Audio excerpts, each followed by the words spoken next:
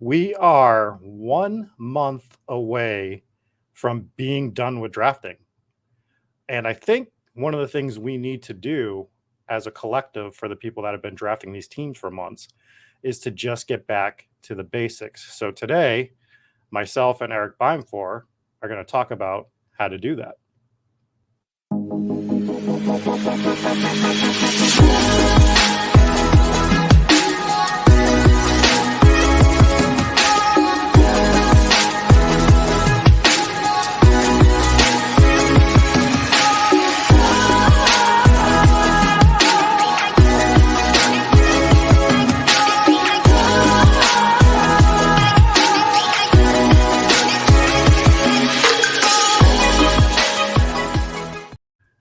Erik, we are somehow in the final stretch of this extra long best ball journey that we started in February.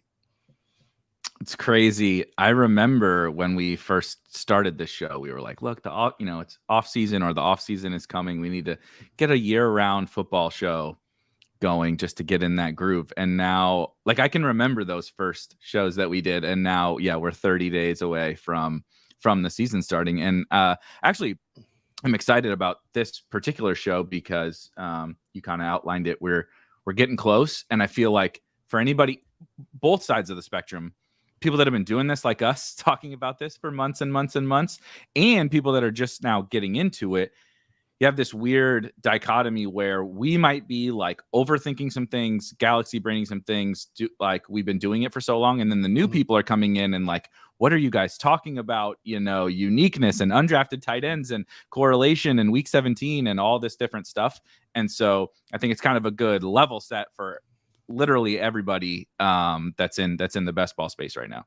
Yeah, so I got this idea because you've been doing the Draft IQ shows, which I think are phenomenal. I was actually just re-listening to one from last week about your week 17 stacks, and we talked about it. One of the things that brought this up is the Discord discussions that we have, and the other thing is you were talking about week 17, and I think week 17 for us, particularly people that have been doing this, even if you've only been doing this for 2 months, drafting teams, week 17 is just such a thing now. Like it's so ingrained in you that you're not even thinking about it. It's second nature. But to your point, the people that are coming in now have no idea.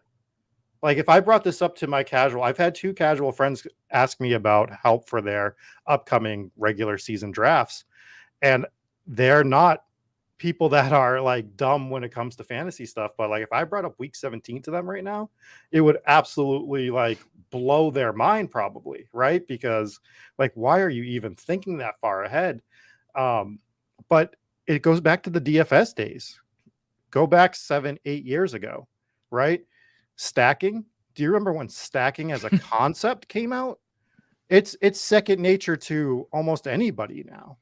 But there were people that fought back against stacking. They were like, I don't want to stack a wide receiver with a quarterback. You're wanting me to put so much risk into both of those, into the same spot, essentially. And I'm not comfortable doing that. People didn't want to stack because of that reason.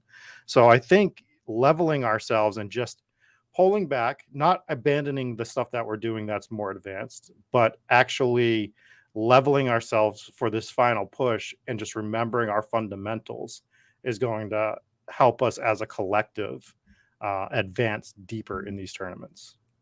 I definitely agree. And for anybody that is actually new, and I'm bringing this up because I actually had a couple people message me or reply today with like, hey, I'm just diving in now. Do you have any kind of a getting up to speed type thing? And that's why this show was so perfect, was because I'm going back through, I'm looking through YouTube, looking through the website, whatever, and going back through my mental log. And you're like, there's a bunch of stuff, but there's not yes, we have like a very, very original, kind of honestly outdated, like best ball 101 type stuff, but we haven't done that kind of refresher course. And it's really important because right now is very different.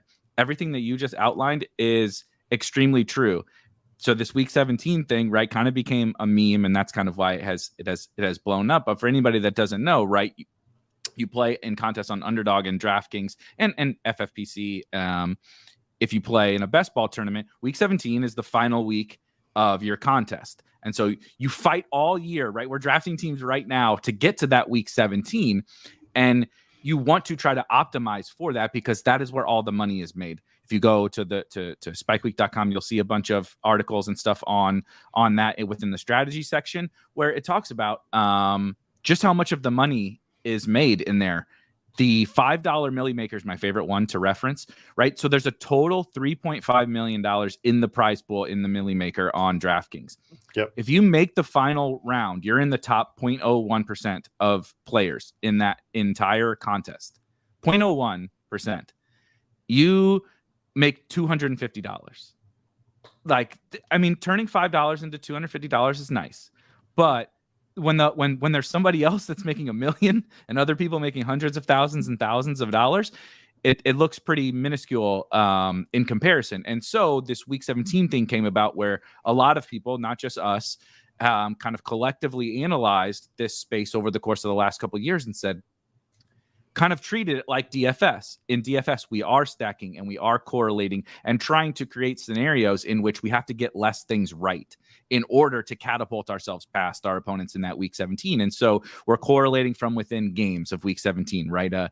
Some of the big ones that play this year, Bills, Bengals, right? So if you draft Stephon Diggs, you might be more apt to draft T. Higgins or Tyler Boyd because in the scenario in which we saw this last year, right?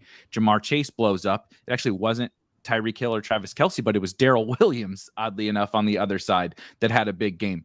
The most notable one we saw was Rashad Penny and Amon-Ra St. Brown in a game that maybe people didn't necessarily expect to blow up, but it did. And those two guys kind of just kept going, literally just those two guys just kept scoring touchdowns back and forth. And so that's kind of something that has, like you said, become just a norm. We just, we'll talk more about it in a little while. Maybe I think we need to have a little bit of a refresher because I think some people maybe hopped in and just heard people talking about week 17, even some smart people, honestly, and aren't necessarily thinking of it in maybe the perfect light. But it's something for maybe newer people that you're like, what do you mean week 17? I'm taking my, the famous, I took Zach Ertz. So now I'm going to take Tyler Algier. Like what, like that does, I don't like Tyler Algier. That doesn't make any sense. And so I think it's a good thing for us to kind of level set, and we'll get into a lot of the different kind of steps that get us. Week 17 is a little bit further down the list, but we'll get through all of them. Yeah, and that's an important thing. We were on to that at the end of last year. I remember there was a lot of talk about Cardinals, Cowboys, and we just didn't expand upon it enough at that point. But that's part of the growing process of learning and a new game where we're trying to solve it a little bit more. And I brought up this analogy last night before we dive into this. I was talking to Silas, and I think we need to remember who we're playing against sometimes, especially in August. You had a draft today. Somebody took Tom Brady 101, I think, right? Mm-hmm. Yeah. And we find it funny, but we got to remember that there are people diving into this. So we have to allow them to make mistakes without mocking. Like it's funny to us, but we need that player pool to keep expanding so that we can keep playing this game and it keeps getting bigger, right? But we also need to know how to exploit that advantage that we have over them while they're learning. And I brought up this example last night. I'm always going to go back to poker because to me, they're not exact correlations, but they're both games of skill and you're playing against other opponents. So there's GTO bros, game theory optimal bros in poker that are like, you got to do this, this, and this. And then he'll go, well, I played it this way because the only thing that this guy could have absolutely had in this spot was queen 10 of diamonds. And there's no way that he could have had this hand. And it's like, well, you're playing it from the perspective that that guy's playing like you are. That guy is playing his second poker tournament ever. He got dealt 3-8 of hearts. His daughter was born on March 8th. And he wanted to play that hand for his daughter. So you have to remember that there are players like that, and they're going to learn. And that guy, as he plays more poker tournaments, will probably start folding 3-8 a little bit more. This guy that drafted Tom Brady today will probably not draft Tom Brady overall number 1 if he continues to play best ball tournaments. So we need to make sure that we are adjusting for these players that are coming in August, because this was not a big thing the last 3 months. So that's another, it's just very simple.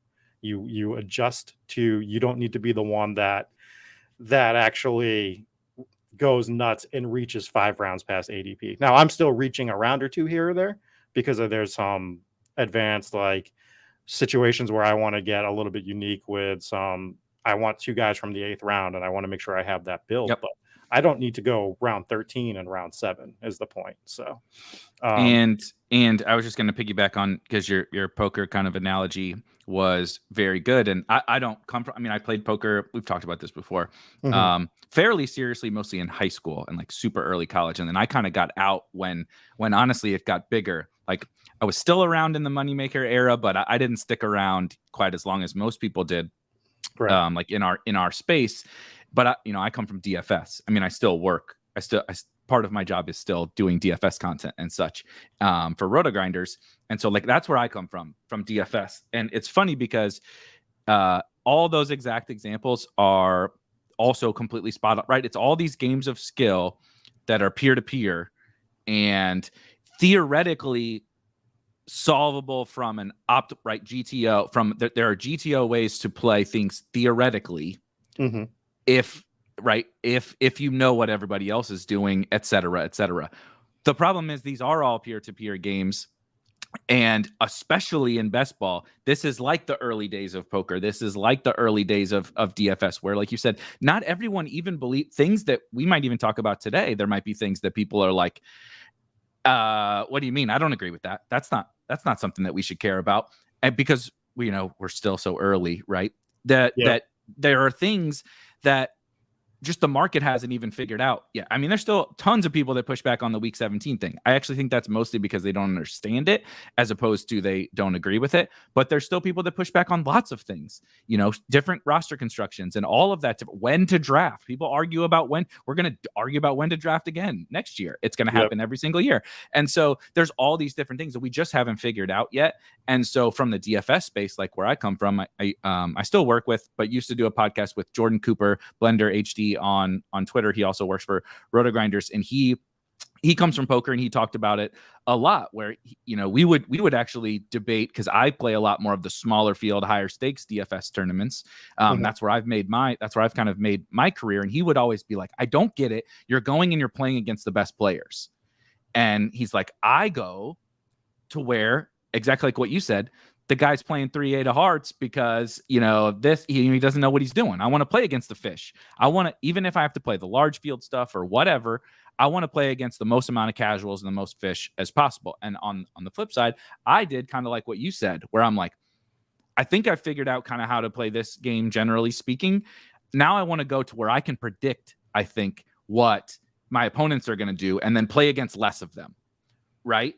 And so we're not really in that space yet in best ball. So we are just in these huge field tournaments where, as you said, sometimes we do really start to get in this bubble where we're kind of galaxy braining things and getting a little bit too crazy. And this show, not to keep kind of saying the same thing, is like almost like a good thing. Like, I'm excited to talk about it because it will bring me back, because I start to, you do, when you do this year round, or we've been doing it for 6 months or whatever, you start to be like, well, I could do this. I've drafted 1,000 teams. Do I really want to draft another fucking Javonte Williams and Gabriel Davis team? Like, then you start doing crazy stuff. And so, I just think it's important to kind of, like you said, realize where we're at in this space, the things that we can do to gain an edge, and then start to bolt on some of these more advanced things, but do them all kind of in a smart way in conjunction. Right. And to kick this off, the topic that started this entire debate is you can go back to our Discord. We were talking about it in the Underdog strategy space, I believe last Friday. We were talking about bad offenses. Basically was the way that this started. And this is where like this whole show idea hit me in the head. It's like, people are defending getting completely overweight on really bad offenses that we know are going to just not produce like elite levels of fantasy production over the course of the year. And they will fight you to the death because they're going to this higher level of thinking. And they're like, well, but if this, and this happens, it's like, we could have predicted who the bad teams were last year for the most part, right? We knew who was going to be bad. And if all we had to do was fade those offenses for the most part. Now, when I say fade, I'm not saying take 0%, But I'm saying we don't want to be overweight on these teams. We don't want to like crush them in every single draft. You don't want to super stack the Bears every 2 drafts, right? Like you you want to be very selective on when you take those players and why you're taking them, to your point. But in a vacuum, you just if you just fade those the bottom 5 offenses that we're predicting are going to be terrible, you're probably going to have better teams than most people without even getting into the other stuff that we cover, the week 17 and all that stuff. So for me, that was one of the most eye-opening things, is how we will fight to the death just because we want to say, well, I have to take Treylon Burks because he's playing the Cowboys in week 17, and I need to make sure I'm 87% to the field on him. And it's like, the Tennessee Titans are going to suck. Burks might be good throughout his career. He's going to struggle this year because that offense is going to struggle. It's just an absolute almost at this point. What situation do you see the Titans or the Bears just absolutely vaulting themselves into a top 20 offense this year? And if they are, it's going to be that bottom end of the top 20, right? Yeah. Whereas like we look at Cincinnati, Buffalo, Kansas City, worst case scenario for them is probably bottom of the top 10. Like they round out the top 14, something like that. So I want to take my shots. Again, I'm oversimplifying. I want to take my shots on good offenses. It's not that hard of a concept, right? Exactly. And that's where it's actually a perfect segue into kind of what I put as, like this first bullet. When you start your whole like best ball process. And I think actually what happens is most people skip this step. And so this is the most important part of all this. People will skip to maybe even roster construction, or skip to the stacks, or skip to the week 17 or whatever. And they don't start with this conversation that we're having here, which is really what you're outlining is a projection and rankings process. Right. Now, it's different for everyone. We have to get that out of the way first, right? There are going to be people that disagree with what you just said about the Titans. You and I have for months now, since probably the first show that we did here on Tuesday nights, disagreed about the New York teams, right? Lots of people still disagree with me on Trey Lance. That's okay. The point is you need to have this first rung is the most important one. And I actually think people skip it the most. So I did not do this before. This year, I went and I did my own projections. Mm-hmm. Because I've always created my own rankings. I mean, obviously for the last couple of years, specifically for Spike Week, but I've always created my own rankings, but I didn't like do the projection process. And I don't mean that everyone should do this projection process, like go in and get really nitty gritty and make sure you pinpoint exactly how many fantasy points that guy's going to score. That's actually not the point at all. But the point is to kind of what you just said, and not even just good offenses, but going through the process of understanding each team and kind of, you're going to get your own opinion.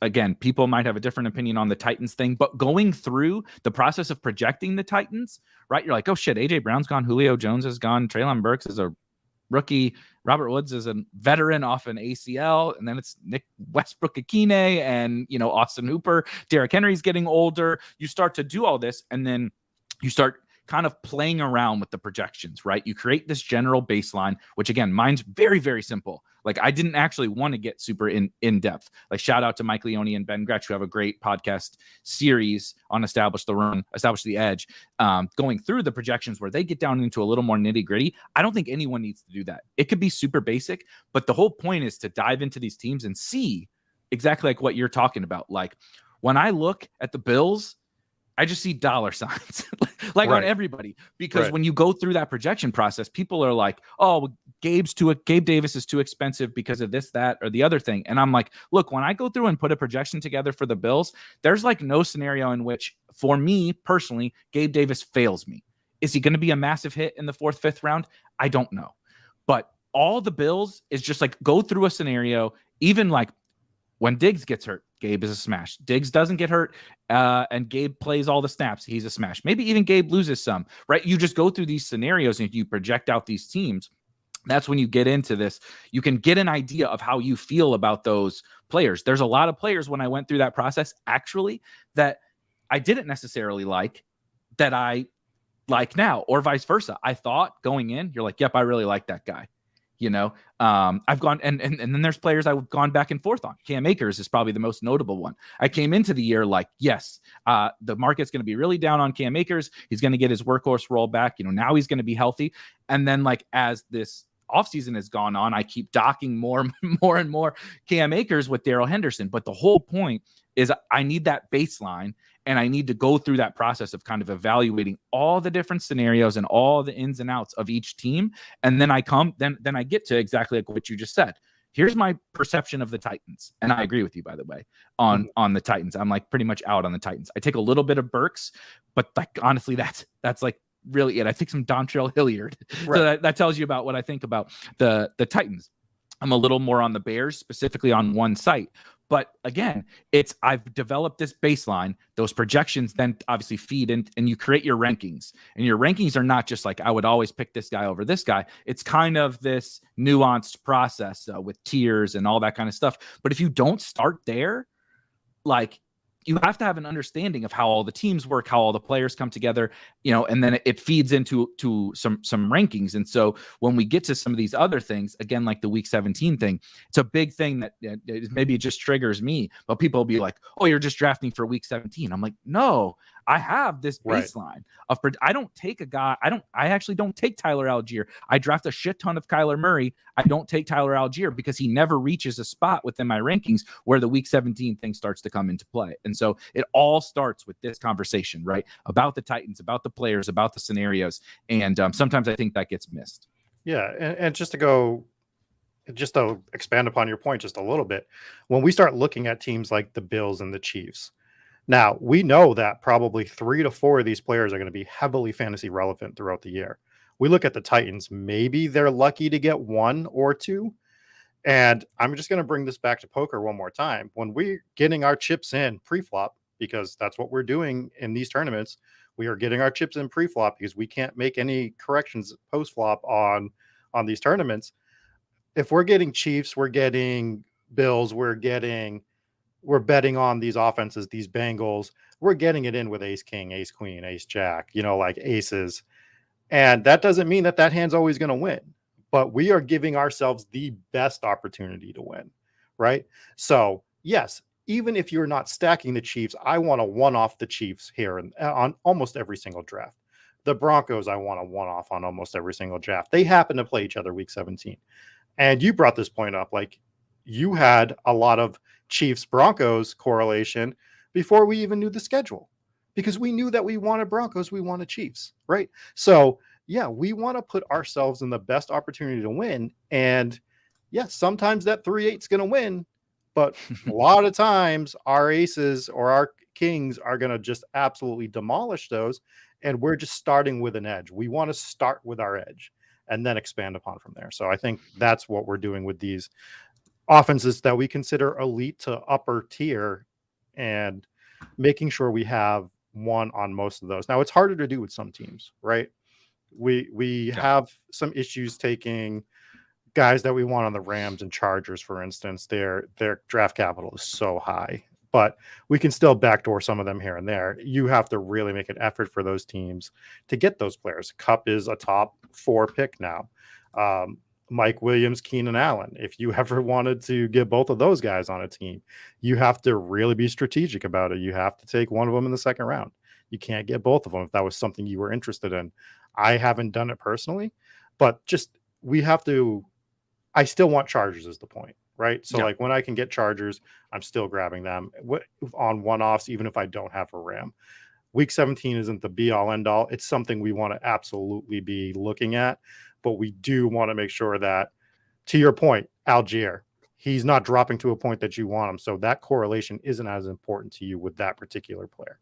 Yeah, so and we'll get to that. We'll get to the week 17 thing and how that plays in. But that's an important factor. The only other thing because I do think the projection and the rankings thing is like really, really, really important. And I wanted to hit. I didn't want it to sound like, oh, okay, you do your projections and you just say, I'm throwing out the bad teams. And I know you are a little bit more adamant on like really getting super over invested in the good teams. And I am generally too, but we also have this point which will end up feeding into your projections and rankings, right? People will say, Yeah, but I think this player is really good, right? So like DeAndre Swift last year, honestly, Yeah. like multiple Lions last year. This player is really good, but he's on a bad team, right? We had the Texans this year, Brandon Cooks. Mhm. We talked forever about this in Discord today, actually, with like Darnell Mooney and those kinds of players. Swift, right? Cooks, Mooney, Deontay Johnson. The Steelers look kind of like a mess, and Najee goes in the first round, Deontay, etc. And that's also part of that initial process, because player talent obviously does matter. And if a player is that good and they can elevate, right? If they can elevate that offense, that does happen.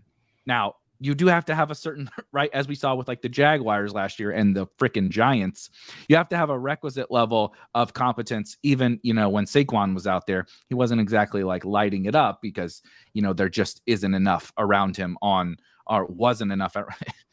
Now I'm foreshadowing my Giants exposure, saying there isn't enough. There wasn't enough around. Please, God, hope that there is enough around him this year. Otherwise, I'm going to be holding a lot of bags with the Giants. But the point being, right, I do think there are certain instances where, given my projection and the talent of someone I do like Darnell Mooney in the right instances, in the right tournaments, at the right ADP, those kinds of things. I do like him. I draft him. Mhm. But it's because of when you go through that scenario thing. I could not possibly agree more. I think there's absolutely I don't think there is a scenario where the Bears are like a top 10 offense. I'm not even sure top 15. But if Justin Fields does take a step, he is really good. And Darnell Mooney is this. I mean, who the fuck else is going to catch the ball there? Like maybe him, Cole Kmet, they can be reasonable, right? In that instance, then we start to have some of these other factors where week 17, roster construction, which we're going to get into, those different things where stacking, right, where those guys start to come into play. But generally speaking, it all comes back to that projection and that ranking. And in this crazy best ball game, like you said, you're getting it in good on those good offenses. Look at the Bucs last year.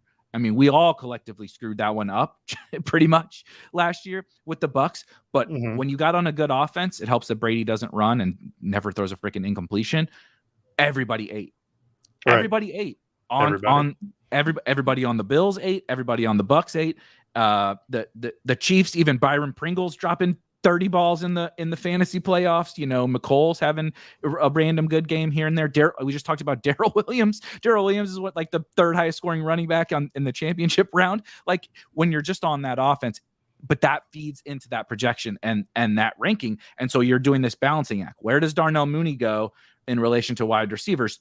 You'll probably find a pocket where, okay, his projection, his talent, all of that falls in after, but you have to go through that. You don't start with like, I like Mooney or I don't like Mooney, or I like Juju or I don't like Juju. And I think honestly, most people start there. Most people start and they just say, I like this player. Oh, Juju's on the Chiefs now. I like him. As Right. opposed to like, you need to go through this whole process of where does everybody fit together? And then Right. you can start to get to some of the other stuff. Yeah. I mean, Mooney, I love as a player. I was big on Mooney last year. I would love for Justin Fields to absolutely go rocket ships. I've cooled way off on the team because I think the team is personally, It's bad. It's they really are bad. they are doing some stuff on purpose, it feels like, to just make this a not good year for the team. You see Roquan Smith requesting a trade, kind of the writing on the wall there for me. So I like Darnell Mooney as a player. I will one off him here and there. I'm not looking to actively take a bunch of Bears, as we've noted. I take Kmet here and there because even bad offenses are going to score touchdowns here and there. It's just what are their actual opportunities, and that goes to your projection point. So, and then so the next one, which I think after you get through that whole process, the projection ranking thing is really just like, how do I feel about this entire NFL season? yeah, Right.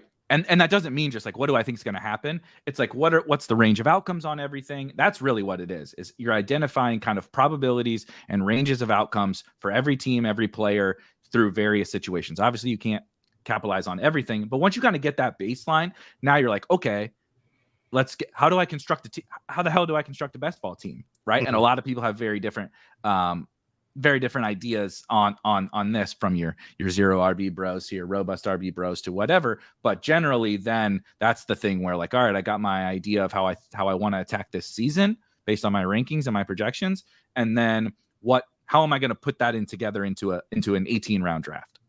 Right.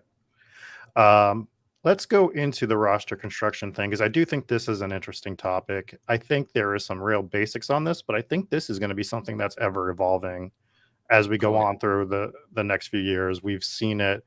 The example I always bring up is quarterback. We have pushed quarterbacks up the board after going like, no, you don't ever have to draft a quarterback. And now we're like, well, you probably want a quarterback by the 5th or 6th round at this point, just on your roster. So I think that this is a fascinating one. Where do you start with this when you're in your process?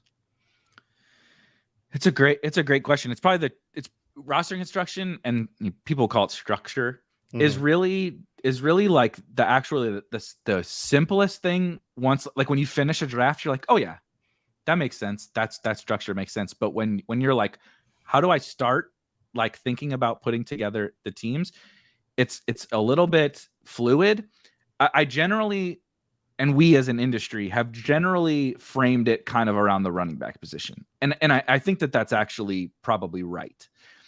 Every structure, every strategy is something RB, right? But I think that that's right because running backs are both the most useless and the most valuable fantasy commodity that there is, which is kind of a weird thing to say, right? But they are generally what is going to win or lose your league, because they bust at such a high rate and they get hurt at such a high rate, which I guess is one and the same. But they're so heavily dependent upon situation and volume, and even the most talented players cannot kind of outshine their situation. Going back to your kind of like maybe David Montgomery is really good. I'm not saying that he is, but maybe, I mean, he's not bad.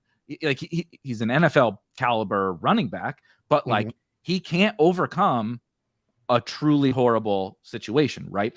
And so everything comes back to the running backs, that they get hurt a lot. They bust a lot, but then you also have every year almost a couple of guys that, have what our friend Pat Crane would call a legendary season, right? He framed it around 25 PPR points per game, but just call it, the Jonathan Taylor didn't quite get there last year, but, a little bit better than a JT season. The old LaDainian Tomlinsons, the old Le'Veon Bells, Christian McCaffrey, obviously 2 years ago. The other counter to that is that because the running backs get hurt and all that so much and bust so much, and there's so much variance at the position, that later running backs also can be more valuable, as we saw last year was a beautiful example. Like, if you just drafted, I'm kind of mad I didn't. If you just drafted 100% zero RB teams last year, you would have smashed, in my opinion. I know Jonathan Taylor, you like maybe thought you would regret not having Jonathan Taylor, but the way the season played out with Fournette and James Conner, Darrell Henderson, Sony Michel, James Robinson. I mean, I'm missing guys, I'm sure, but just countless guys that were just smashes. Darrell Williams, later in drafts, particularly in the playoffs, that Devin Singletary, that you could just absolutely crush your drafts approaching it that way. But it's dogs. We started talking about zero RB, and the dogs got excited. But the running back position is so pivotal because how the season plays out with running backs is like you might be buried without Derrick Henry, right? It's Derrick Henry runs for 2,000 yards and 25 touchdowns, and like he could be the guy you need to have. Or you could have last year where you have the playoff weeks was Singletary and Rashad Penny and Darrell Williams and James Conner, and these guys are the guys. Damian Harris, Damian Harris. It's all eighth round and later running backs. So everything kind of starts there with roster construction with the running backs, because they're really what swing the season. Obviously, the upside of the wide receivers is kind of what wins it for you and puts you over the top. But the crazy pendulum swings of the running back position is kind of where we all start. So that's how I kind of tend to think about structure first. So I'm going to bring up one more poker analogy. I think I promised not to bring any more up, but we have people are scared to not draft running backs early, right? It is like, still, as much as we've talked about this throughout the last few years. People are terrified to not have at least an anchor running back. It blows their mind.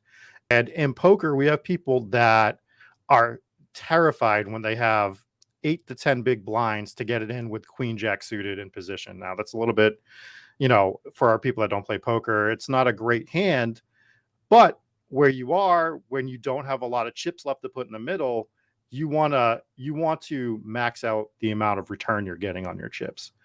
So they will let themselves blind out. And I think when you get so scared with the running back situation that you have to draft one in the first 2 to 3 rounds, sometimes you are blinding yourself out because you're just trying to middle everything. And like when you middle tournaments or you middle most things, you're going to get that exact result. You are going to middle that tournament. Yeah, you might not finish last in your 12 man, but guess what? You finished 6th. And guess what 6 is? The same as 12 at this point, right? So we need to be building constructions that are going to win us tournaments. And when you try to middle every position, you can still build some good teams here and there where you draft 2 running backs and 3 wide receivers and a quarterback, and still, but you have to be very careful about how you build that particular team when you're doing it. You have to be locked into what you're doing to do that type of stuff. Whereas like you're saying, you figure out these constructions, you figure out your 0 RB team. We drafted a 0 RB team last night, me and Silas. And as we were drafting it, we hammered wide receiver. I think we had 7 wide receivers in the first 10 rounds, maybe. And towards the end of the draft, he was like, let's take this wide receiver. And I was like, what is it? To your famous point, what does James White do for this team? In my head, I'm like, what does this wide receiver? We have 7 elite wide receivers. And unless it's a wide receiver with like extreme upside, I'm fine with going to battle with those 7 wide receivers because we punted that running back spot. I'd rather take a Zamir White towards the end or a Dearness Johnson or Isaiah Pacheco, as much as it hurts for me to say that last name that way. In the Northeast, it is Pacheco, and it will always be Pacheco. I've heard people say it that way, and I didn't know that was a Northeast thing, but I've heard it. So now it makes sense. Yeah. So it's knowing your structure, knowing your team. We love wide receivers. Like that is I think I'm wearing my wide receiver shirt right now, right? 2014-2. But knowing what you have in your wide receiver talent, like when you draft 7 elite wide receivers, what does grabbing AJ Green in the 17th round do for your team? There's no upside there. There's no upside for AJ Green, right? So you punted running back. Let's get one of the guys. Let's get Chris Evans. Yeah, he's backing up Joe Mixon, who we can debate Joe Mixon as a player all day if we wanted to. But if Mixon goes down, we know Evans is going to have a healthy amount of that workload. He's not going to get 100%, but he's way more valuable at that point than AJ Green's ever going to be this season, right? So like, you need to know this when you're approaching. Now, if you decide to go robust RB or something like that, then AJ Green might make sense for your team. You need 8 to 10 points on a weekly basis. Jarvis Landry fits that build a lot. I'm only grabbing Jarvis Landry when I'm sort of doing like elite running backs early in the draft because I'm like, he's at least a safety net that I can get 8 to 11 points on a weekly basis. I know he's never going to pop off for 40 for me. So, yeah, your structure is absolutely important. And I think that goes, RB is obviously the most important to base your team around just on how you're going to build. And then we all love wide receivers, but the quarterback talk has become very, very interesting as well, where they're going. I'm not comfortable if I don't get a quarterback in the 5th or 6th round in general in drafts at this point. Possibly that's a leak, but it's just the way that these guys are falling. You look at that 5th, 6th round, it is this particular year. This wasn't the case last year, but you have your you have Mahomes, you have Lamar, you have Kyler, you have Jalen Hurts. So these are the guys that I want. These are like huge upside guys. And then even Tom Brady's going, 8th round in general now. So and Dak and Russ, Dak, there's a really nice tier of guys there that right. it's interesting. I agree with you. Yeah. So you need to know how you're going to attack that spot, and you can't plan this before you go into the draft. You have to see how the first round to 2 to 3 falls to you before you start making these decisions. But they need to be in the back of your head, like for sure.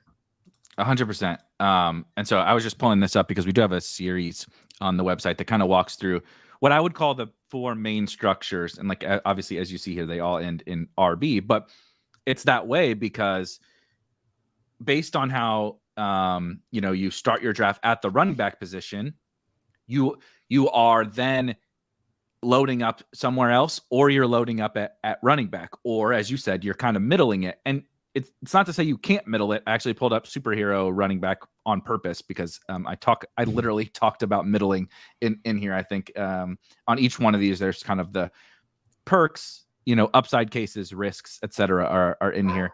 And that's it. Is the superhero RB is sort of trying to middle these extreme strategies, and that is true. And that is part of the problem with it. That's not to say that you can't do it, because sometimes lock up those 2 running backs and it's like a little bit of a robust start without being a robust start, which can be okay. Hold on, this is driving me nuts.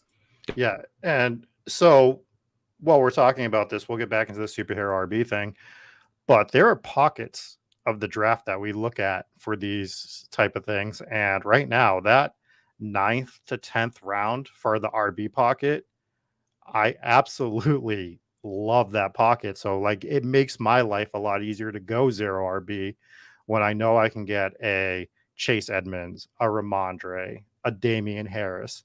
Oh, by the way, some of these guys are the reasons that the 0 RB teams got through last year. Chase Edmonds, Damian Harris. And I build teams. Devin Singletary. We're talking about getting players on great offenses. Devin Singletary is getting overlooked as the probable lead back in that offense. Josh Allen takes a little bit away from him, but still, we saw what he's capable of doing with a heavier workload. So, yeah, knowing your structure and knowing how you want to attack as you do these drafts. You start Jamar Chase, you start A.J. Brown, however you start that, and then you're going to go 0 RB. It's like, well, now I know the 9th, 10th round, I'm going to hammer RB because they are absolutely smash spots for that position, in my opinion. 100%. And so, sorry, the dogs didn't want me to talk about running backs because I was about to talk about running backs, and they just lost their shit. My wife went for a walk, which is always a dangerous. We went for two nice long walks today. The weather has finally cooled off. It's in the 70s for like the first time ever today. And so I'm like, we're going for 2 long walks. I'm gonna tire these assholes out, and it's like apparently it just re-energized them. They've been saving up all their energy. But it's 100 here with it's been 100 for same. It's been awful for I mean, I can't even remember the last time I like enjoyed being outside. So it was really nice today. So maybe that's why I'm in a good mood. Well, it was. Dogs are pissing me off, but. So the running back thing, just to kind of tie a bow on there, because I do really want to talk about what happens with it's basically everything but wide receiver is like this linchpin of your lineup and how you treat those positions, but also how I would phrase kind of at a macro level, the general roster construction thing is like, if I draft a bunch of something early, I don't really want to draft a ton of them in overall quantity, right? Right. To your point last night, you guys were smashing wide receivers. Either they were the best picks at that point in time, the room was giving it to you. Again, we'll get to some of these other subjects hopefully here shortly. But you get to the point where that's just what happened. I got the elite quarterback was the guy for me in the 5th round. I took 6 wide receivers around him. Now I got an elite type. Maybe I took Kyle Pitts too, and you just build this team out. Well, now that you have those 7 wide receivers. We can get into the late round thing. We don't really need to discuss it, but I don't need to take 9 or 10. Basically, is the real point of the wide receiver thing. The inverse is also true with what you saw with the running back thing. If I start running back, I probably don't need 7. I probably don't need 7 running backs. I may not need 6. Because I can only play 3. It's another important thing to understand kind of your scoring. I can only play 3 of those guys. So if I take 2 early, I kind of am counting on those guys being good. Now, so maybe you take 5, maybe you take 4. Like, I'm sticking there. If you really want to take 6, it happens. Okay, whatever. But if I'm loading, and then if I'm loading up, right, you see over here in the team structures within our Draft IQ tool, this is the big board actually, because we'll get to the week 17 thing. I'm going to use it as an example. But like I have 8 of my 40 something teams are robust running back. That is a painfully high percentage. But, so you take those robust teams. I take 3 of them in the first 5 rounds. I'm not taking 5 or 6. I'm definitely only taking probably 4 for me at the running back position. But again, it's that thing. If I take early, I'm taking a high quality at that position. And thus, I don't need a high quantity of that position if I have the quality. That goes for all positions, which leads into your point. Running back, I think, is where it has the most domino effect across your entire lineup, where that's why we talk about all these strategies based around running back, because how it's such that polarizing position, like we talked about earlier, that how you treat the running back position informs your lineup a little bit more at the other positions. But that is also true. Again, you see here, we have like elite tight end, elite quarterback. Those things also inform your lineup. It's like sometimes you might seek that out, which, as you talked about with the quarterback thing, the market has gotten so smart around quarterbacks that I do seek it out a little bit more. This is in the big board. I'm going to flip over to Best Ball Mania. I was just looking at that Keyshawn Vaughn exposure. I was like, what are we looking at here? Yes. Let's look over. Let's look at Best Ball Mania. But you see the difference. So like elite quarterback, like I've 60% of my teams in BBM have an elite quarterback, which goes to your point that from a roster construction perspective, I think you can draft late round quarterback, as you say. I have two late round quarterback teams, but I think you can. But I think generally speaking, especially when you draft the way that I do, which is a little bit lighter, you see 33% zero RB and 28% hero RB.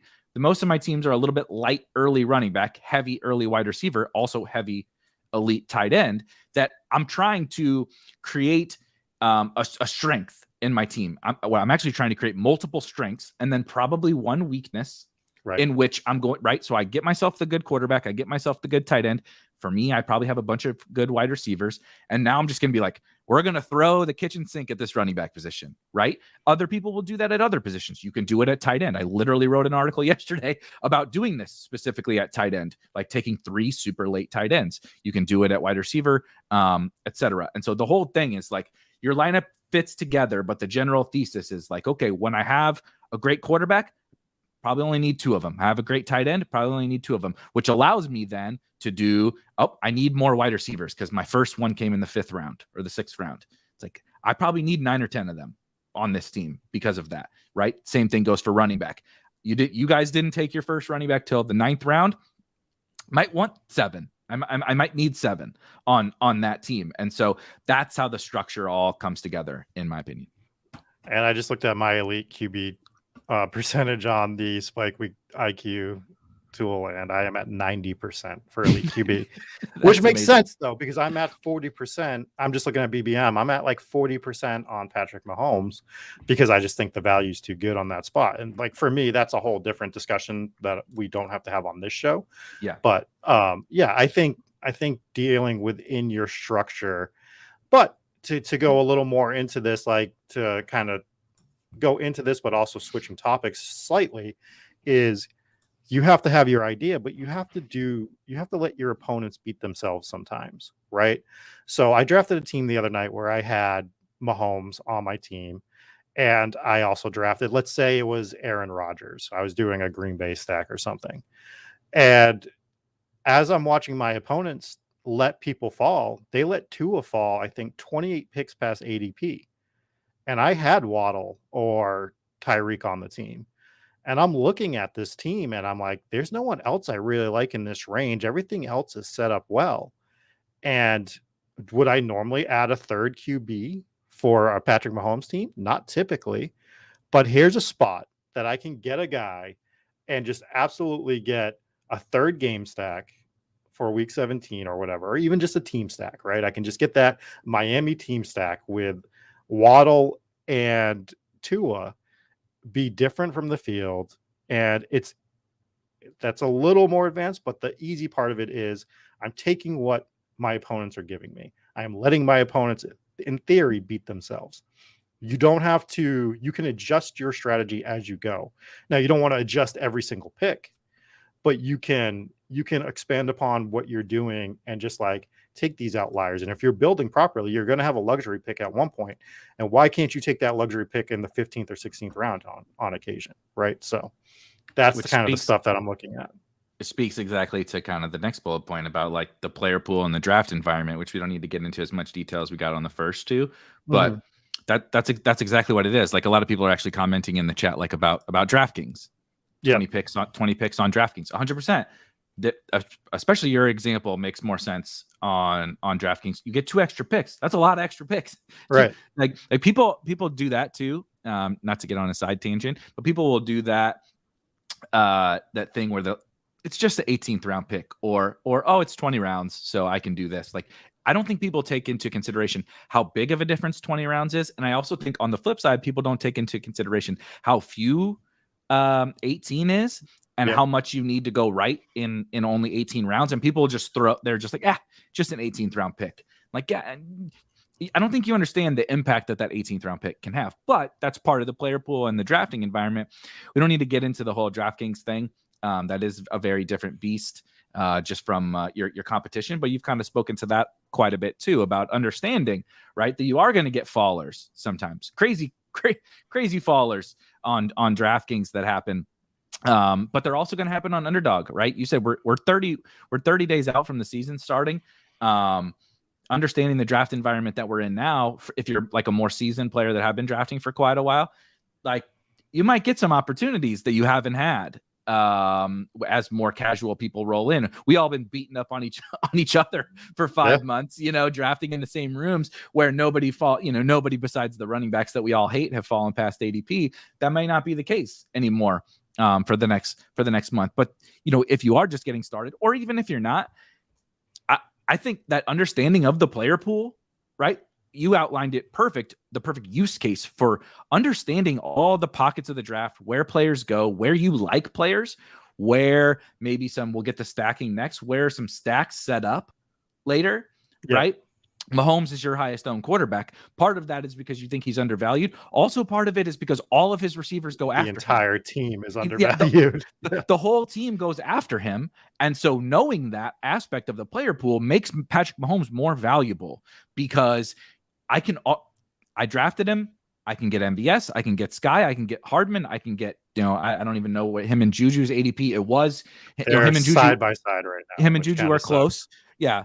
Or I can take Kelsey in the first round and set up Mahomes, right? I can take him with a running back. I can take him with whatever, right? You can take him, get crazy. I know you're galaxy braining, and this is a basics show. Noah Gray in the last round, right? But there's a myriad of options that you have with Patrick Mahomes, but that's because you understand the player pool, right? Right. You don't just go in and you say, I like Patrick Mahomes.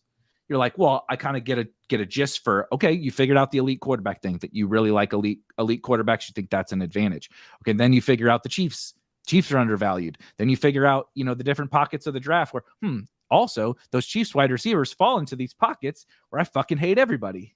Yep. So it's like, well, now I'll just take Mahomes and set up my Chiefs stacks, but you have to understand that. And then, of course, again, like what, the environment that you're drafting in, which is just to put a bow on that, and we can move on to the stacking thing. People have been treating this particular best ball season, best ball in general, but this particular best ball season kind of as its status quo in fantasy football. Like, I see tons of studies, and I'm not trying to shit on anybody or anything like that, but like looking at like in 2016, this happened or whatever. And I'm like, I don't even think it's helpful to look at that, because the best ball tournaments are so different that we're in right now. I mean, DraftKings has a tournament with almost 1 million entrants, 1 million, 900,000 entrants are going to be in that DraftKings Millie Maker. We've never even experienced anything like this. Best Ball Mania has 500,000 people in it. And the market is so drastically different this year even than last year. And so you can't really look that closely back at history. You can take some nuggets for sure from history and stuff, but I wouldn't go back and say, oh, remember we got so-and-so in the 6th round 3 years ago. It's like, yeah, that dude's probably a 3rd round pick now. You know what I mean? Like Right. Jamar Chase, rookie wide receivers, even as good as Jamar Chase would have went in the 6th years ago or whatever. And we were lucky to get him in the 4th, 5th last year because of the stupid drops thing. That shit's over. You're not Right. that it doesn't Right. happen anymore. So understanding the environment that we're in right now is like extremely, extremely important. Just to go on the player pool thing, as people that have done, I'm at over 300 drafts. I'm sure you're close to it or more than me. And a lot of people in this are done a lot of drafts. Try to go back and remember what that player pool looked like to you, your first 10 drafts, say, your first 15 drafts. It's overwhelming and you don't know what you like. Now we can all draft in our sleep. We talked about this in February, the year before. Like we got so comfortable, could be to a fault, that we know where guys are going. We know the entire pool. I could throw a name at Erik right now, and I guarantee you he could pick what round they're going in. And if it's not, it's within a round or two, right? That just, we could do that with all these players all day. And just remember that the people that are coming in August to play, they're going to be experiencing that for the first time. They're going to be like, I know Jamar Chase was good, but why is he the 5th overall? That's scary. I want to take Austin Eckler, or I want to take Derrick Henry. So that's why you might get that player at the 6. Because people have to start with their comfort level before they start expanding upon this stuff. So if you are a new player that's listening to this, I've seen a few in the chat, which I'm happy this video is helping quite a bit. Just let yourself be comfortable. We'll talk about this with draft, but understand that these players are at these ADPs for a reason, and you should be, particularly in the beginning rounds, be looking to get players in those spots that are your Jamar Chase in the 5th. There's a clear top 5 this year. If you're new, there is a clear top 5, and then there is a drop off. It's just the way it is. So you want to try to make sure you get one of those guys in the top 5 picks. But and there is right before we move on to the stacking, there is an article on the site. I won't pull it up right now. That is called "Drafting Within the 2022 Draft Environment." That I would recommend reading if you're new. It's free. It's not behind the paywall. That kind of walks through that. It talks about the top 5. It talks about the quarterback thing we talked about, how efficiently priced the quarterbacks are and how much of an advantage elite quarterbacks are. Just kind of talks about all that stuff that can help you get up to speed with the draft environment. So stacking. Yes. I can't imagine drafting a team without stacking. There's basically one guy in the entire draft that, like, if I don't stack him, I'm okay with, and that's Lamar. But other than that, and even then at that point, I'm usually stabbing at Duvernay or Prochet or whoever in the 18th round just to have it. It is vital to stack your team, and it's vital and it really is quarterback dependent for me, particularly on how I stack them, where a guy like Kyler, I'm doing a lot more skinny stacks, which to those that are new is just stacking him with one guy. But a guy like Tom Brady, I want 2 to 3 of his pass catchers, like minimum. I mean, I do not want to go there I don't want to leave the draft with a Tom Brady skinny stack of just him and, Chris Godwin. It doesn't make sense for him to be. If Tom Brady is going to win you stuff, it is going to be supporting 3 to 4 different players, just plain and simple. So he's definitely a really specific case too, where like, I mean, again, we talked about earlier, he did it last year. He supported like literally everyone, Evans, Gronk, Godwin, AB, Fournette, he supported everyone. Right. And to that point, though, like there's guys like Joe Burrow who went real late last year. But if you had double stacked Joe Burrow with T. Higgins and Jamar Chase, which looking back was very, very easy to do. In week 16 last year, T. Higgins went off, I believe. He had 40 or so last year. And then in week 17, Jamar Chase went nuclear. So if you had been double stacking Joe Burrow, who was a guy that when I take Burrow, I want a double stack of, it's tough to do with the 2 specific players I just named because you have to take them first, second round. And Burrow is, a higher pick than I'd like to spend on him. But I want Bengals, right? So when I want Bengals, I want to stack them within the passing game. I know you're not in on Mixon. I'm taking some Mixon here and there for my Bengals exposure, but this is about stacking. So when I'm playing the passing game, I want Chase with Burrow sometimes, and then I can take Hayden Hurst late right? So I can still Mm-hmm. get a cheaper piece of that thing. But it is vital because you are looking for pure upside in these tournaments. And the way to get pure upside is to just, it's better to get 10 than 4, right? Like 10 is a bigger number than 4. Yeah, So, exactly. so you're At 2 scoring a positions. touchdown. Yep. Right. So you are absolutely dominating over other players when you get a stack that scores a touchdown. It's very simple, but that's what we're here to talk about. And you need to be cognizant of this. Doesn't mean you're looking to stack every single wide receiver at all times, but just know what you're looking to do in your drafts and which teams you're going to be looking to stack. Yep. And I think it's from kind of a macro perspective, people will sometimes talk about stacking maybe even in a different lens than in reality it is. It is actually not like riskier. I think people view it as like a riskier strategy, kind of to your thing originally, like an old school DFS. They're like, whoa, I'll take the quarterback. I don't know who he's going to throw the touchdowns to. Right. I'm not, right. I'm not putting that guy in there. But in reality, what it does is it actually, because your floor, the floor is the floor. I think people misconstrue what a floor is. Everybody's floor is their floor. Having Jamar Chase with Joe Burrow doesn't mean Joe Burrow's floor is any lower than it was than it was before, and Jamar Chase's floor is in the there's a correlated aspect of things, but whether you had Keenan Allen or Jamar Chase on the Joe Burrow team last year, the floor was still the same. Keenan Allen's floor, Jamar Chase's floor, whatever. What it does do is it creates this correlated bet, which you'll see the correlation in a little bit, creates this correlated bet on this offense, which has multiple benefits for these specific best ball tournaments, which again, we'll get to the format in a second, in the playoff rounds, which become these single week, I got to win against anywhere from 6 to 1,000 other people, right? In the final round of the DraftKings tournament, it's almost 1,000 people. The final round of BBM, it's 400 and something people. And then some of the smaller tournaments, right? You can get as small as like 6 to 10 people, depending upon the tournament that you're in. And last year, Best Ball Mania was 160, 170, something like that in the final round. So, you have to beat, let's call it 10 to 12 people in weeks 15 and week 16. We were both finalists, by the way. Let's just throw that out there. Double finalists on the show. You have both to 0 RB teams as well. Yes, exactly. Even better. The haters love to see it.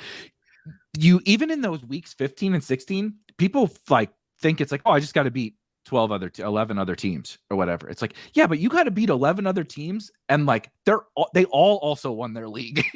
It's not like you're just 12 random teams from these are like some of the best teams in a tournament with 500,000 people in it. So you obviously need to get there, right? And the stacking actually helps with that.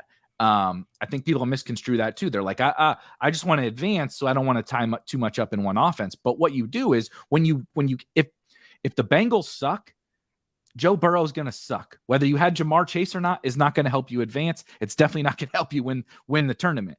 Right. If the Bengals are at least decent, you're going to be able to get the advantage. Their spikes are going to be correlated weekly, right? So when Joe Burrow throws for 304, guess who's getting that production? It's only a couple of guys. So you have Jamar Chase. You're going to get their spikes in the same weeks, which obviously then create more points scored, allow you to advance out of your group. Then you reach the playoffs, and you need those spikes to come together again. Like we saw in week 17 of last year, Joe Burrow throws for 10 million yards, and Jamar Chase catches every mossing dudes on every single play. He scores 50, Burrow scores 30.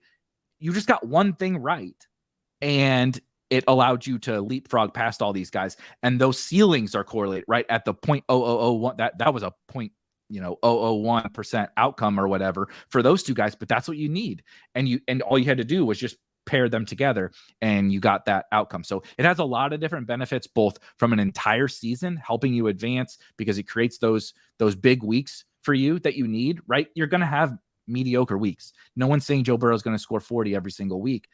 Even Josh Allen's going to have 15-point games, but it's when he spikes and he scores 35. Well, you also have one of the pass catchers. They spike too.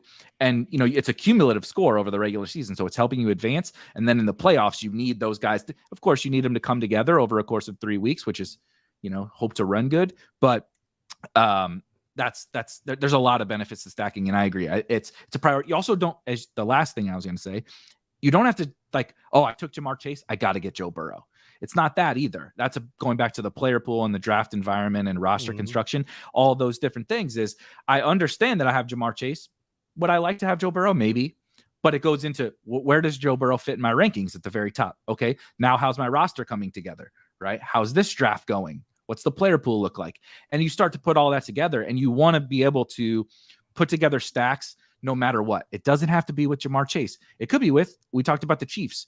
You end up maybe you have Jamar Chase, but you take Patrick Mahomes in the 5th round and figure out your Chiefs stack thereafter, right? It's kind of fluid, and your understanding of those first couple of bullet points will allow you to be really good at creating stacks. But you can't just start out. Again, going back to what we very originally talked about, you have to start at the top here with the projection rankings that get into your roster construction, get into the player pool, and then you'll be able to be good at creating stacks. You can't just say, oh, I'm stacking, baby. Like somebody told me I got to stack. I got Jamar Chase. I got to do the Bengals. It doesn't work that way.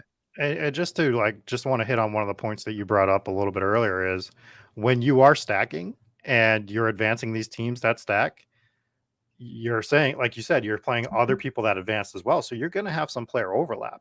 Now, let's say that we'll go with MVS, right? So you and me, we both advanced to this next round. We both have MVS, but you stacked him with Mahomes and I went with a different stack. And now MVS goes off for 2 touchdowns with 150 yards and Mahomes threw for 5 that week. I had a massive ceiling game from MVS, but guess what? Doesn't matter because you just crushed me with your Mahomes stack. Now that's absolute top tier of what could happen with a stack, but it's just showing you the advantage you get over the other players by having that particular situation. I think Liam won Best Ball Mania last year and he didn't have Burrow. If somebody had just made the same team that he made and swapped out Burrow for, swapped out his quarterbacks for Burrow and X quarterback that helped get him there as well, Liam's dust. Dust in the sense that he's not winning the million. So because even though he had the same exact team for the most part, just because that guy stacked Jamar Chase, he got that team to the top of the draft. I mean, I'm losing. Leaderboard. I am not leaderboard. There's the word I was looking for. Leaderboard. Here's a good question to kind of round out the stacking thing because it is a really tight needle to thread in terms of stacking, particularly in these big tournaments. So the first thing I'll say is that I'm more interested in kind of what I would call overstacking. Now we're getting into a little bit more advanced type stuff, but it's not really that advanced. But there's also a playbook on the site specifically relating to DraftKings, like single entry and their higher stakes tournaments, where I talked about the final round in week 17. It's really small. Like some of them are like 10 people. Right. You got it. It's like you win your 12-person league, then you got to beat like 8 people. Then you got to beat 10 people. Then you have to beat 10 people. That is like the Bucs scenario of last year. Like I just want all of them. The Bucs, or like I'm fine with 4 Chiefs or 4 Bills or whatever. I don't really want 4 Texans or 4 Bears, but you know what I mean? I'm happy to kind of load up a little bit too much on an offense because I don't have to be perfect in those. I never have to beat more than like 10 people. So I don't have to be perfect. And so this Lundar's question is like, okay, if I get Diggs and he said miss on Allen, I misread originally, but piggybacking on this, it's contest specific. And so like in BBM and that big DraftKings Millie Maker, I am being a little more cognizant of making sure I don't bolt on too many guys from an individual team, because you get to a final round with 1,000 people of a tournament. That's a lot of people. And as you said, there's going to be a lot of overlap, right? Whoever goes off in weeks 15 and 16 is going to be well represented there. You might have them too. So then you don't want to have, you want to give yourself a lot of shots at. So I don't want to have 4 Bengals, right? I don't want to go that far. Maybe 2, maybe 1. If it's Lamar or Trey Lance or Kyler or someone like that, maybe it is just one, and hope that they're running and that's their guy throughout the playoffs. And then this other one is, I think you can, from a stacking perspective, kind of stack without your quarterback, especially on these really good offenses, and especially with a quarterback that doesn't run, like Tom Brady. I actually do it. This was going to be my point on this. Yeah. Actually do it fairly often. I'm more than happy to take my Evans, Godwin, what used to be Gronk, or Gage, Julio, whatever. And if I don't get Tom Brady, I don't get Tom Brady. Of course, you like that, but it's totally fine. This instance is the same thing. The quarterbacks are the most replaceable point part of your stack. When Jamar Chase scores 50, nobody else is scoring 50. Even Joe Burrow only scored 30 points in week 17 last year. My team, we had Dak Prescott. Pete and I had Dak Prescott on our finals team. He scored like 24 points. And we had Mac Jones, who scored like the same. So like, we didn't really lose point. Quarterback didn't lose it for us, even though we only had like the 6th highest scoring quarterback of the week. But the skill position guys, when the offense spikes, you see Jamar Chase, you see Alvin Kamara 2 years ago, you see T. Higgins in week 16, you see those kinds of games. So I would not be out on this situation that Lundar is saying, but you have to be smart about it too, right? I don't really want to take Jamar Chase in the first round and Joe Mixon and T. Higgins and then not get Joe Burrow, right? So it's a like I said, you're threading that needle, but I wouldn't be like completely locked into stacks at all times on every situation. I think just for that specific example he brought up, that's a little tougher for me to do, because Allen is the type of quarterback that I do double stack him a lot, but I am fine with a single stack just because of the rushing upside with him. So like, the most vomit inducing part of getting Gabe and Diggs, right, is watching Josh Allen absolutely ball, get him to the goal line 3 times, run it in. And now you have the top offense for the week, but the top offense was just a quarterback. You're not going to have that problem with a Joe Burrow, Tom Brady in general. Like it would be the biggest of outliers of all time, where Josh Allen could do it twice in a year. So I think it's just being cognizant of those facts as well. Definitely. And then kind of moving down, another thing we have to be cognizant is, and this one's a little bit quicker and easier because we've talked so much about the playoffs already, it's just the format. I have become a big, I didn't draft as much there last year and my teams were shit, but drafters.com is another best ball platform that they're great partners for us. And they launched $1 million tournament this year, which was kind of crazy. Last year, I think it was like $50K to first place in their biggest tournament. And this year there's a $250,000 first place prize in their tournament. And it is a cumulative scoring. And so what I mean by cumulative scoring is you are going to draft your team in your 12 team league. It's a 20 round draft, full PPR. And from that point forward, you compete against everybody in the whole contest. So there's 55,000 entrants. We all draft in a 12 team league. That team, from week 1 to week 17, you got to score the most points, period. That's it. There's no other rules. There's no advancing. There's no playoffs. There's no nothing. It is cumulative scoring from week 1 to week 17. So week 1 counts the exact same as week 17, which is hard for zero RB bros like me to wrap my head around sometimes. But so drastically different strategy. Again, there's on the site, there's like general strategy for Underdog, DraftKings, and drafters on there, and then tournament playbooks for each tournament as well. So you can dig into some of the nuances, including in that drafters million. You can get a free ticket on drafters if you use promo code SPIKE. There's also a link in the description. Just deposit $10, it's a pretty cool promo, actually. I try not to, I'm not a big promotional guy. As you can see, I don't say the Voldemort, like and subscribe. I don't say that shit. But the drafters promo, but I should. But the drafters promo is pretty awesome. I mean, not a lot of places you get a free $20 ticket by just putting in $10. Right. Like it's a pretty good return. And as Kevin says, it's like 20% full, their tournament right now. So they have 30 days to fill like a lot of entries. So I think it's going to overlay. So it is probably the most, plus EV tournament that is out there. But just to kind of put a bow again on the format thing, you have to take into account that format. We've talked a lot. We don't need to get into specific strategies for playoff versus cumulative, but like Underdog and DraftKings, You just got to make it out of your 12-team league, right? And then keep advancing in weeks 15, 16, and then in 17 is the final round. But so it's very, very, very different, and you need to make sure you're drafting differently for that format. Know your tournament structure. If you're playing poker, again, are you playing a normal tournament? Are you playing a 6-max tournament? Are you playing a bounty tournament? You're playing different strategies as you play these types of tournaments, so know what you're playing. And I think the drafters is awesome from the aspect that you're trying to draft the best team possible, right? Which isn't necessarily the case in every other one. You're not trying to draft the best team by any means.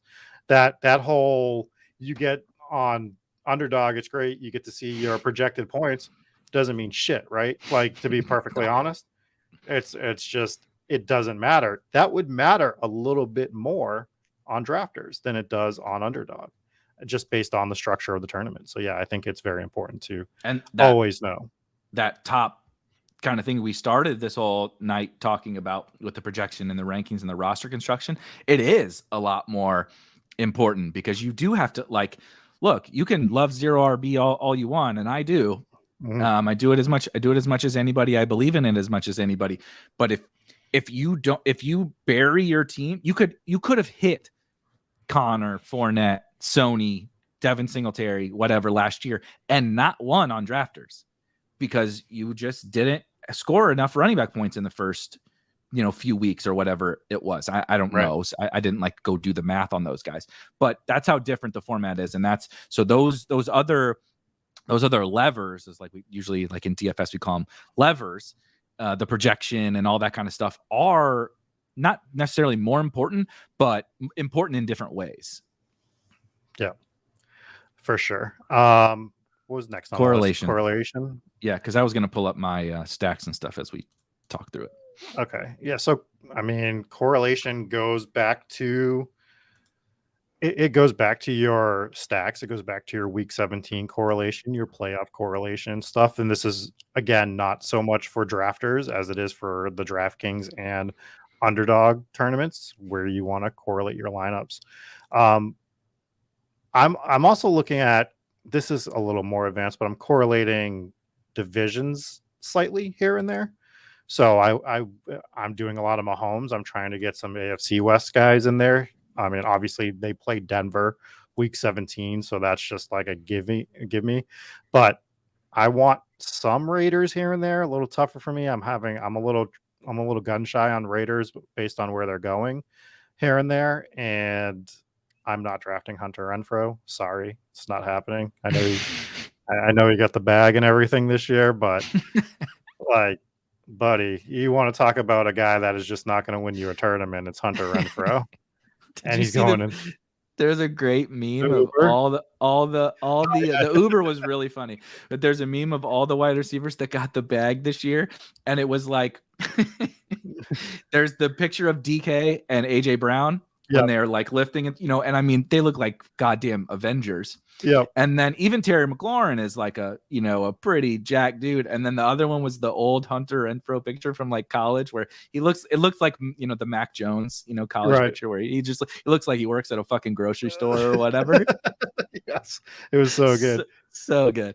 And the personality matches it. If you haven't seen the video of him ordering an Uber for himself, Derek Carr, and Devontae Adams, go out of your way to see it because it is mind-boggling. Like that was the situation. Those guys there in the back seat of that Uber are worth like like a $500 million or whatever, and they're crammed in because Renfrow got him a fucking Prius or whatever for like a '98 Toyota Corolla, like just crammed into the back of it. But yeah, I mean, you want to be correlating your teams, and I'll let Erik get a little more into this because he will explain it better than me. I know that for sure. Yeah. So the biggest thing with correlation is obviously the stacking thing, which we talked about, inter-team correlation. Then the next is obviously much more specific to the playoff formats like Underdog and DraftKings. And this is a lot of where the playoff stuff comes in particular the week 17 thing, which we talked about briefly earlier. But the first thing about the playoffs and the week 17 thing that I think if you've listened to any content or anything like that that gets sort of misunderstood, is you see that we didn't talk about this at the top. We didn't even talk about this near the top. We talked about this like at the end. Yep. It is important when you get to certain spots of drafts, and we'll get to the drafting thing just after this, you're going to realize that you're going to reach a tier of players that are like basically all the same, because you've done your projections and you've done your rankings and you understand your roster construction. I need a running back here. I'm in the 12th round. I have this tier of 5 guys. They're all available to me. Which one do I pick? You don't just take the top guy off the rankings. You start moving down your list of these things that we've talked about here, and you get to the week 17 thing. How do I decide who to pick when these guys are all the same? You say, well, I'm very, I have a Mahomes team, and I don't have any Broncos yet, right? So I was hoping there would be an example. Or I took Travis Kelce in the first round. Here's the best example. You see here. I took Travis Kelce in the first round. I get to the 10th round or whatever, and I need a running back because I started with a 0 running back team. Do I take Melvin Gordon or do I take Chase Edmonds? Well, on this particular team, you would take Melvin Gordon because you're breaking the tie for the correlation aspect, because we know, as we said, week 17 is where all the money is. And so if you want to, I actually myself don't really get that much into the week 16. I definitely don't into the week 15, but I know some people do. That can be the next tiebreaker, right? You get to the next one, and I don't even know who Kansas City plays in week 16. Seattle. Now Kenneth Walker's there. Melvin Gordon's gone. Now it's Kenneth Walker or Chase Edmonds. Well, I'm going to take Kenneth Walker, right? Because he correlates in week 16. However you want to handle your correlation process, it's that one of those rungs down as you move down to kind of be that tiebreaker. And it's because if you were using a projection or a ranking to truly guide all of your decisions, it would be like a boost, basically. Because those players are correlated, if you're creating a projection for them, it's a tiny little boost, right? If Travis Kelce, then Melvin Gordon gets a, point whatever percent boost to his projection. And so I now take him. He moves ahead of those other guys in the tier because they are not correlated to Travis Kelce. And so that's all that it is. I think it's been I wanted to talk about that really quickly because I think it's been a little bit ruined by the meme that we've turned the week 17 thing into. All it is kind of the 4th or 5th rung in your decision making. It does not trump, right? If you have Gabriel Davis a full tier and a half ahead of somebody or whatever, you don't just take the correlated dude because he's correlated. And I think people are making this mistake. 100% people are making this mistake all the time. Heavily making this mistake. So I agree with that. And just to expand upon this point, and I think you made this in the show I was listening to earlier, but you're not focused on weeks 15 and 16, but yet because you're focused on some of these offenses, look at some of your week 15 and 16 stack exposure. Yeah, Arizona and Denver, teams you're targeting. More Arizona and Denver week 15 stacks than I have any week 17 stacks. And like you said, I have this tool, so I know that they play, but I wouldn't have even known that they played. Right.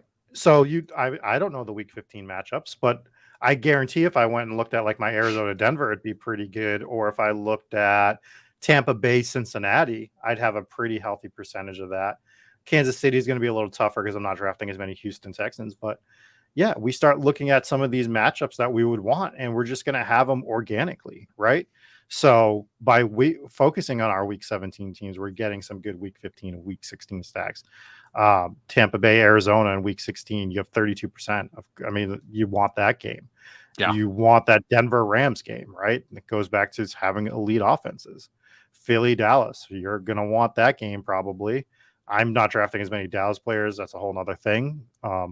But I'll want to make sure I have some Dallas bringbacks on Philly, and I don't have to go out of my way to do it because I'm already drafting AJ Brown at a high clip. I'm already drafting Devonta Smith if I don't get AJ Brown at a high clip. So it's just naturally going to happen when I grab Tony Pollard or, any of the Dallas guys in general. So yeah, they're important, but you can fall into it. Especially if you're just focusing on one of them, you'll get the other things. You don't have to worry about it too much. Like just looking through your exposures is fine. Yeah. Right. 100%. And the only thing this has really taught me, looking through this is that honestly, we probably need to get more Denver. I mean, Denver, Arizona in week 15, Denver Rams in week 16, and then Denver KC in week 17, alongside playing in the AFC West and playing against the NFC West in the regular season. That's absolute. I mean, that's a gold mine. All those games are going to have 60-point totals. Tampa's the other one I'm looking at when we're looking at this. You got Tampa, Cincy, Tampa, Arizona, Tampa, Carolina. And you might not like Carolina, but when I like CMC as much as I do and DJ Moore as much as I do, clearly I'm going to want some of those stacks. So I need to be making sure that I have been making it a point to grab Tampa players already, but maybe I need to check those exposures in. But that's what these tools are great for. You can see this stuff. So really quick, I'll handle Eric's question. He says, will the Spike Week tool track our points through the season? And also, could I hypothetically get projected ownership of guys based on your drafts, like Zay Jones has been drafted in X drafts? To answer the two questions, we are working on in-season tools. So if you saw, I can actually show this really quickly. We have a lineups tab now here in Draft IQ, and so you can see literally all your individual lineups. So, like, I mean, if you guys wanted to actually see some of those, Russell Wilson lineups, like this is going to be huge for all sites, but specifically DraftKings. Yeah, for DraftKings. And so it's obviously set up for DraftKings and drafters. You can see, search any combination of two players and see. You can even like go out to the draft board, click on and go literally and see the full draft board. You can see the draft slot, what the structure was, what day you drafted it on, etc. That's all in here. And so, but this was the first step to answer Eric's question. This was like the first step to getting in-season type stuff because we want to improve that experience. I mean, anybody that has played best ball, or if you haven't played best ball, welcome to a miserable in-season experience of trying to sweat your teams. You know your exposures, even if you're subscribed to Spike Week, where you have a much better understanding of your teams, understanding like, well, you watch the games on Sunday, right? And you're like, so-and-so scored. Is that good for me? You're like, well, I have 20% of him. I think that's good for me. But once you get to like week 7 or 8, like, is he on good teams? I don't know. Like, you don't even know who to root for, right? You don't know what to root for. And so we're trying to kind of solve that problem. Right. Jesus. We're making it so the FBI doesn't come to your house when you start talking about your best ball teams after week 1. Exactly. And then, but to the second question, that is not something we can do. The only thing that anyone can see is your own teams. So just wanted to hit that before we start to wrap up. Lunder's comment is pretty funny. He control F's my way through tears of looking at all my individual Tim Patrick teams using that tool. It's going to happen to more players, man. It's the next 2 weeks are probably going to be brutal. So this is funny. Shout out to you, Sags. Guy from I'm getting PayPal specifically for these tools. Guy from Canada. That's funny. That's awesome. And I think you had one more point on the board, and it's like the most important one. We kind of hit on it a little earlier, but it's just draft. You just have to draft. So I brought this up earlier in the day. I had 2 friends reach out to me over the last week. Rob, can you help me get ready for, my home league? They were asking me to help them get ready for their home league. They're like, where should I go do my mock drafts? And I said, this is legitimately the conversation. I'm like, go find $3 tournaments on DraftKings or Underdog or whatever, and just draft on there. They're like, well, it's not the same as a home league. I'm like, it's same enough that you need to it's going to give you an idea of what you're going to be coming into, right? Like those first 12 rounds are probably going to play out close to the same, maybe a little nuanced differences here and there. But in order to get better at anything, you just need to do it. You want to get better at poker? Guess what? You can study all you want online. You can watch hours and hours of video until you actually go sit your ass in a tournament and play and put your feet in the fire on that multiple times. Because guess what? You could watch 1,000 hours of myself or Eric telling you how to do a best ball team. Daniel Negreanu could sit with you for 10,000 hours and teach you how to play poker. Until you sit in a tournament and actually experience it, you're going to realize A, you suck, and B, the only way to get better is to keep doing it. So you need to be drafting. I mean, I think my first best ball experience was I drafted 5 to 10 teams 2 or 3 years ago. And God, I wish I could go back and see those teams and see just what I drafted at that point. The only one that I remember doing anything was the one that I drafted Tyrod Taylor and Justin Herbert. Like that's what I remember happening. And somehow luck boxing get advancing that team or something like that. But you have to draft. You have to make mistakes. You're going to make mistakes. Guess what? I still make mistakes, whether it's auto drafting or drafting a player too fast. And as soon as I draft him, I see what would have made a lot more sense based on my team build. And then I just go, you're such an idiot. You need to be better at this. I'm sure you've made mistakes, Eric, like where you've auto drafted or done the same thing. Our boss, Dan, yesterday was so excited. He got the 101 pick. And guess what? He ended up auto drafting 4 quarterbacks and burying his team. It happens. Like it just happens. So like in order to get better at minimizing those mistakes, you have to draft. It's I mean, as crazy as it sounds, because this is a silly game that we all, obsess over or whatever, and draft teams for months and don't get paid out until January of 2023. It's literally just like absolutely anything else, right? Just like you said, just like poker, just like playing a sport, picking up a new hobby or whatever. If you don't do it, you're never going to get good at it. Like you could read as many fucking books, you could watch as many streams as you want. It doesn't matter until you get under the gun. If you're doing fast drafts, you got 30 seconds to pick. Yep. And we all have lives, right? I draft. Like I've talked about it plenty of times. I draft walking the dogs. I draft making dinner. I draft doing all that stuff. And if I can't make a pick in 10 seconds that does everything we just right, it's not just like make a pick. It's like I have to take into account all these other bullets that we talked about here: the projection, roster construction, draft environment, stacking, right? The format. I got to correlate for week 17. If I can't do all that under the gun and make really good teams that give me a chance, in my opinion, across my entire portfolio to win $1 million or $2 million, then I need more practice. Right. Like I'm not good enough at it. And so you have to get to the point where you outlined it again earlier. That's like, you could name a player and I know his ADP, I know what round he goes in. I might know my exposure that I have to him. I might know, whatever. I might know where I have him ranked. You have to get to that point, and it just takes time. The other thing that I would say, just to, again, put a bow on this, is you'll learn your opinions on all these other bullets up the list by drafting.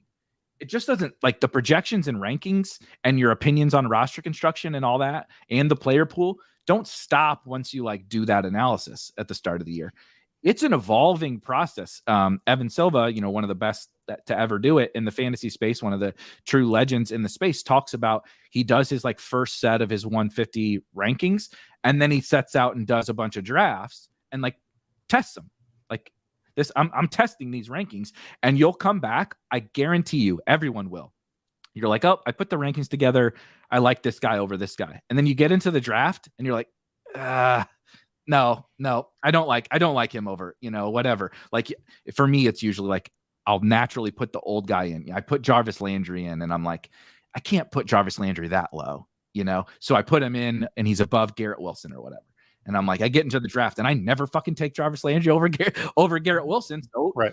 It's time to move him up in my rankings or change my strategy or whatever. And so you figure out how to do all these things that we talked about here. And then you also figure out what you like and what you don't like. Because I promise you, if there's anything I've learned from all this, is that once you do a bunch of drafts, your takes on a lot of this stuff are all going to change. And it's probably going to change in a way that you didn't realize. And like you said, the only way to do that is draft and draft a lot. And we're lucky that we have enough. Sorry. Al got me with this comment. This is my life. This is my life like 5 times a week, especially on DraftKings. But now, God damn it, Al, I forgot what I was going to say. We have a lot of good options. You said the $3, there's $3 tournaments. Drafters has a $2 tournament. Right. So like there is no, we all have different bankrolls. We all have different, discretionary funds and everything. But dude, take $10, $20. Don't go to Starbucks today. go draft a couple of best ball teams as practice, and it's accessible for everybody. And so I think that's also really exciting. But there's so many avenues for us to kind of grow our game, and the easiest one is to just fucking draft. I like just a few points. I like what the consigliere says in the chat. He says, I'm also first year in best ball and I'm only doing 20 per tourney, which I think is great. Like that's a perfect number. Like, I don't know how many tourneys you're saying. Like that could be upwards of, 100 plus teams.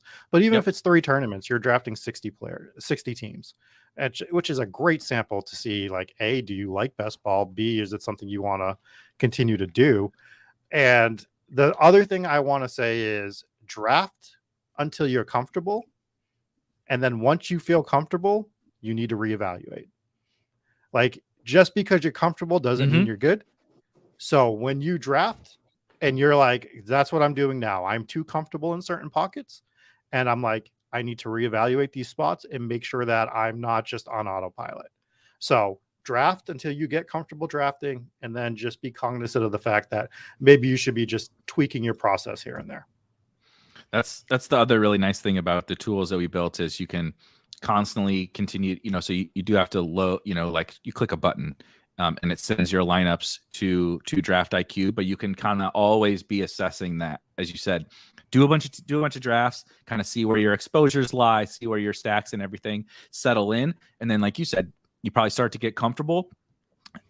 This absolutely has happened to me. I did like a ton of DraftKings drafts, and you double back, and I felt comfortable just continuing to click this guy's button, click, and then I come back and I'm like, nah, I did 50 teams, and I'm not really sitting where I want to be, or I am sitting where I want to be, and I want to continue that, or I want to try something else. Right? You're just kind of always always be closing is the sales thing. You're always be learning about yourself, your portfolio, and all that. And hopefully our tools can help. But just even if you're not using them, I think that there's just like a ton of value in kind of continuing to assess. You're also probably always going to be taking in new information, right? You're either talking to people about this, you're listening to streams, you're reading Roto World or whatever, and there's always new things that you're learning. So continuing to build those into your process and tweak and evolve is extremely important. Yeah, I mean, and for me, that's kind of the main basics. I've seen some stuff come up in the chat that I didn't really want to hit on. It was nothing like, no offense to some of those questions. I think they're a little more advanced than what we were going for on this show. So that's why we didn't necessarily ignore them. I saw them. We can talk about them in the Discord for sure. But we wanted to make this more of a beginner level, also look back for people that have been drafting a lot, just to recenter themselves almost. Definitely. And so I will be back tomorrow. As Rob shouted out, the Draft IQ show is on Wednesdays for the next while. And I am going to be finished tomorrow with my 150 in the DraftKings Millie Maker. So I am going to review my entire portfolio tomorrow at 5 p.m. Eastern time, so 4 p.m. Central. I'll be reviewing my DraftKings portfolio. I know that there's not a lot of great insight into people's exposures and portfolios, and everybody's pretty much just drafting blind unless you have Draft IQ. And so I'm going to kind of go over how I approach this tournament, what my exposures look like, maybe things that I'm happy about, maybe things, as we talked about, that I'm not so happy how they turned out, and kind of talk about how to roll that into some other DraftKings tournaments. I actually love the way you approached the DraftKings tournament, where you basically hammered it before. I mean, there was a preseason game, but you're going to be done with it before essentially the real first preseason game. And I thought that was really sharp. And it's kind of something that I wish maybe I had done a little more of for maybe that draft in particular, or even another one.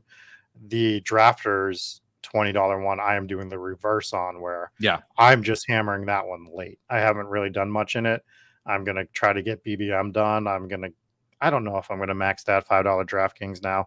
I'm struggling to draft on that app sometimes. I know. It's brutal, but I probably will. Who am I kidding? I'm a degenerate.